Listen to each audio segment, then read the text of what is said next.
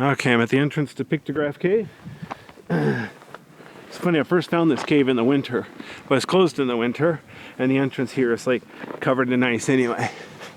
Now, I should, oops, oh, you know what?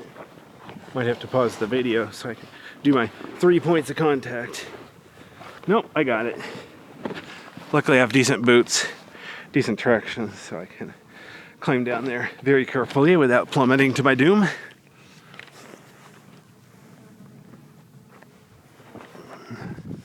Alright, I just have to zigzag a bit here.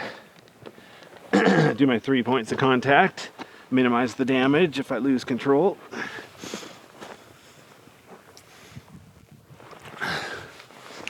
Very deep cave.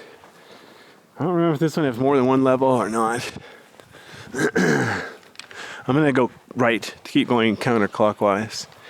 I got my other camera rig to shoot vertical too, so I'll do that in a minute. One at a time, obviously. I only have one good camera. Notice how steep it is, and wow. I'm already like 50 feet below ground and haven't gotten anywhere near the bottom of the cave yet. All right. So I heard there are petroglyphs in this cave. If I remember right, last time I was here, I only found like one petroglyph. And the other thing too is part of it's closed. I think the part with the most petroglyphs is the part that's closed. Keep an eye out for that. So far, so good. It's steep here, it's a little muddy, but there's no ice. I bet if you were allowed to come in here in the winter, there'd be like ice all over right here. So it's be a very difficult and dangerous cave in the winter. But it's not closed for safety in the winter. It's closed in the winter to protect the bats. I might see bats today, but it's possible the bats go to a different cave in the, what's it called? Summer. Bats around here, they don't really migrate north and south like birds do, but they can move from cave to cave. Like one cave in the summer and a different cave in the winter. They do that at lava beds a lot.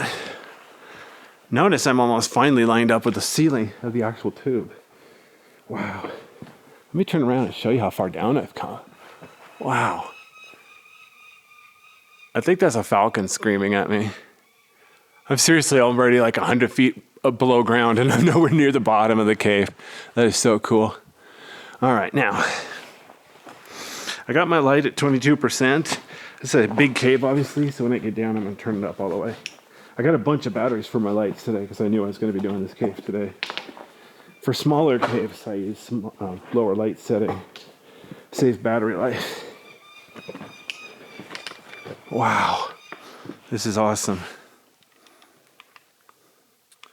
My camera, the battery's almost dead, but I'm going to go ahead and keep shooting until the battery dies, then I'll switch batteries. Notice how green it is from photosynthesis. So even though there's no direct sunlight in here, there's enough light to support plants or lichen or whatever needs light to grow. Of course, I could also make birds fly in here too. I don't think there are any birds that fly in complete darkness. Obviously, there are birds that fly outside at night, but I think they use moonlight and starlight and so on to see. I don't think they could just fly through a cave like bats do. Bats use sound. It's funny, it's sonar, but in the case of life forms, they call it echolocation. It's just like radar, but with sound instead of radio waves. Or LiDAR would be visible light. Actually, I wonder if they still call it a LiDAR if they use infrared light. I'll look that one up. Because LiDAR, I think, is literally laser, not light. Whatever. Wow. I'm going to turn around so you can see. Wow. That was a lot of work. Yeah. Yeah, I started with this cave because it's the farthest cave that's open from the parking lot. So I'm going to do this cave, then head back towards my car. By the time I get back to my car, that's when it might be raining. So I'm going to avoid the rain, hopefully. A couple other caves around here that are not open to the public. Fortunately, those are the really coolest ones. In fact, I think a couple of them I've never even been even when I was a kid. Wow. Now that's a cave. Everything is such on a big scale, which is impressive because we're at the lower end of the system. Usually the biggest caves are at the upper end of the system. So it's like this whole cave system is backwards. Very suspicious.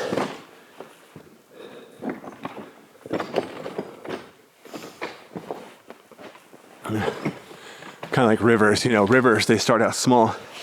They get bigger and bigger and bigger till they're biggest, usually when they get to the ocean. Lava tubes are the opposite. They're like springs that dry out. So they start out biggest at the lava spring. They get smaller and smaller till they solidify and just don't flow anymore. But obviously there's an exception. Wow. Such a nice little cave.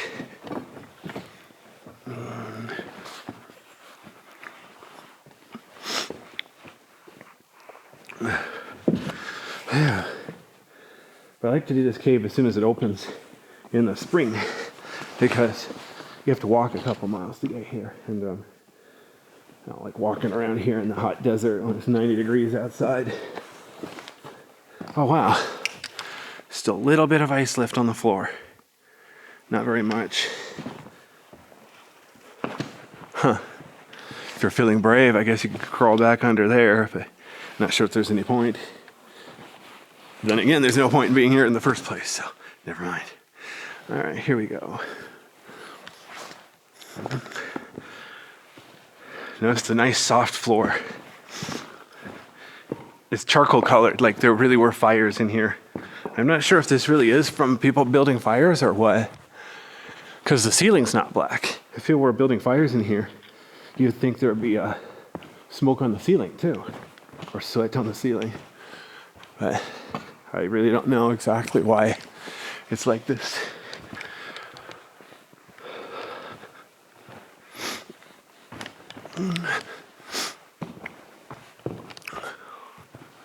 Okay, here's one. I think this is one of the petroglyphs.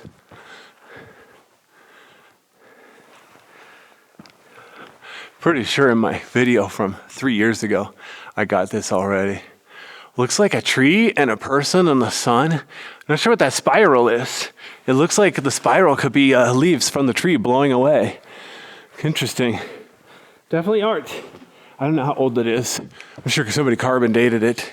Notice the black spots on the wall over there. That's from, what's it called? Water dripping from the ceiling, rinsing off clean spots.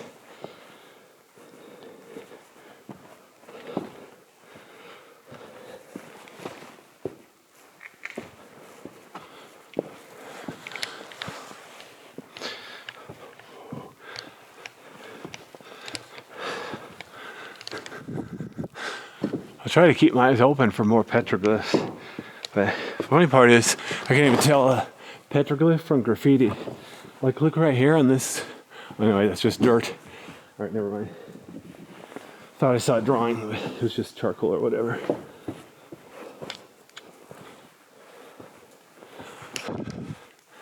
Wow. Now this is what they call a cave. Because it's a cave. Wow, that's heavy. All right.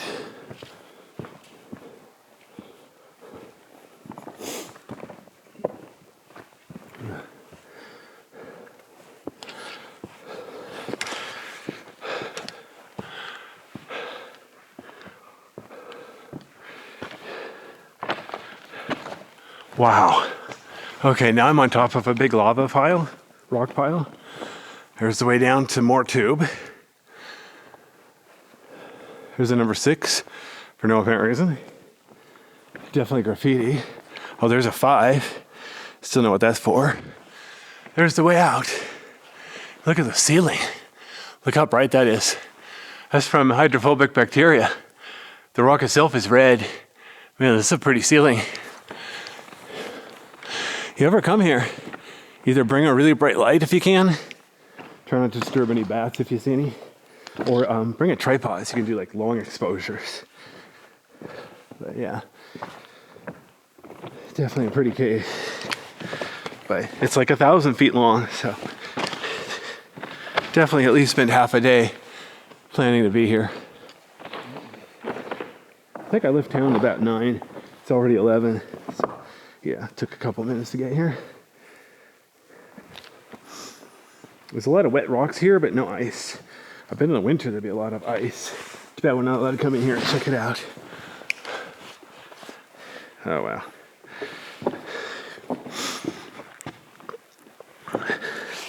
If I owned the cave, I probably wouldn't do anything different. So maybe have a guided tour once a week, like on Saturday at noon or something, for the people who really want to see it in the winter.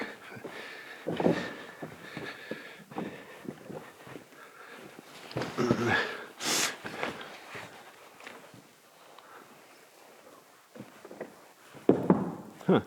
The cave's getting smaller ahead. I don't remember if I'm near the end or not. Looks like it curves to the right, actually. I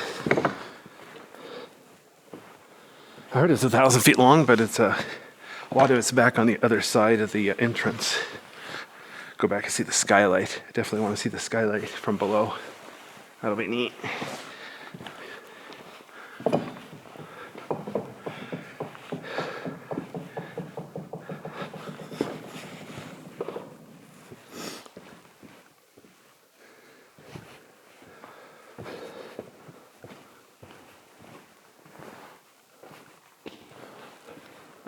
Notice how flat the floor is where there's no breakdown. And it's covered in dirt.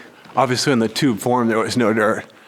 The sand either blows in with the wind or leaks into the ceiling. But the thing is, you notice there's no sign of dirt on the ceiling. So yeah, I'm leaning towards the wind theory. Of course, some of them could have been brought in by people, you know, sticking to their shoes or boots. Here's another pile to climb over. And then the ceiling gets taller. Wow.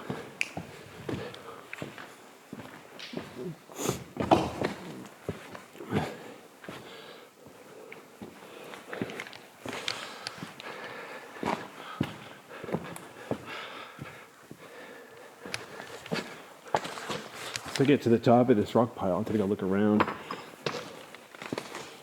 It's good to get your bearings. So wow. Here's the tube I'm gonna keep going through. Here's the number 8. Sesame Street today was brought to you by the number 8. And the letter Alpha. Did say that has to be an English alphabet. Alright, here we go. Notice the wall here, covered in all sorts of minerals, so it's kind of pretty. Grays and whites and browns. Some of that's just dirt, but you know, stuff.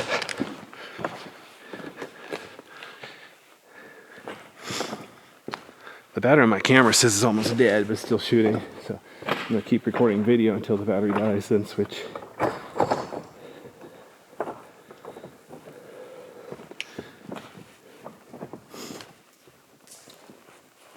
Yeah, with your car, it like estimates how many miles left you can drive. But these electronics don't really do that.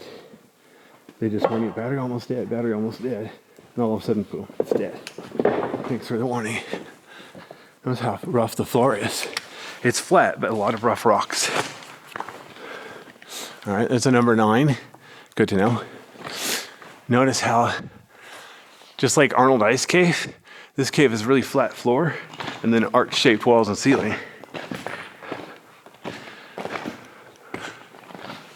And notice how the wall it peeled away here. So it's a lot like Arnold Ice Cave. Very interesting.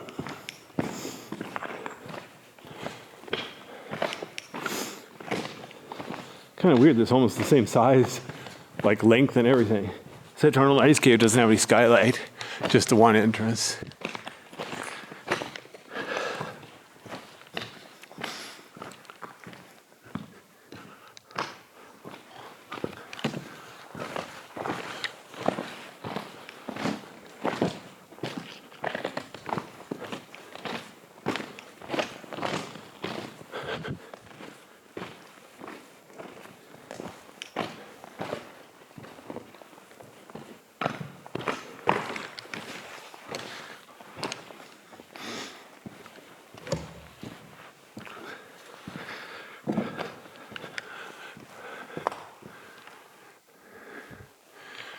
Notice the uneven color of the ceiling. How sometimes it's really dark, sometimes it's really white.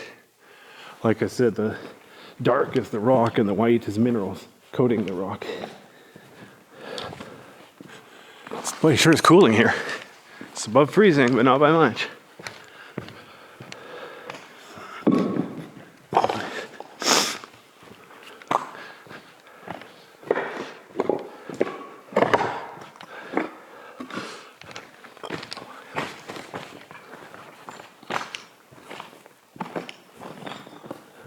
All right, there's a 12. I have no idea these numbers are supposed to be evenly spaced out, like every 100 feet or anything. Considering they're handwritten with spray paint, I highly doubt that a professional survey crew, they usually just put a little metal marker. Like Ape Cave in Washington, it's like over 100 with those metal markers. But they're only the size of a dime. Most people don't see them. That's kind of the point.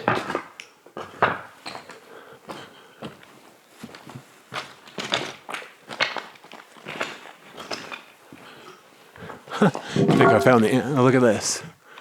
It's like one dark spot in the ceiling. The rest is light. Okay. Here's 13. For those who are wondering. Ooh. I see a pile of rocks to climb over. Let's see if I can climb up. 14. Oh, wow. Can I go through here or not? Oh, no. That's technically a dead end. All right. Guess it's time to get out of here. But the camera's still going. So rather than arbitrarily stopping my video here, there's that dark spot in the ceiling again. I'm going to go ahead and head back. Keep going until the battery dies. Just past the number 13, for those who are wondering.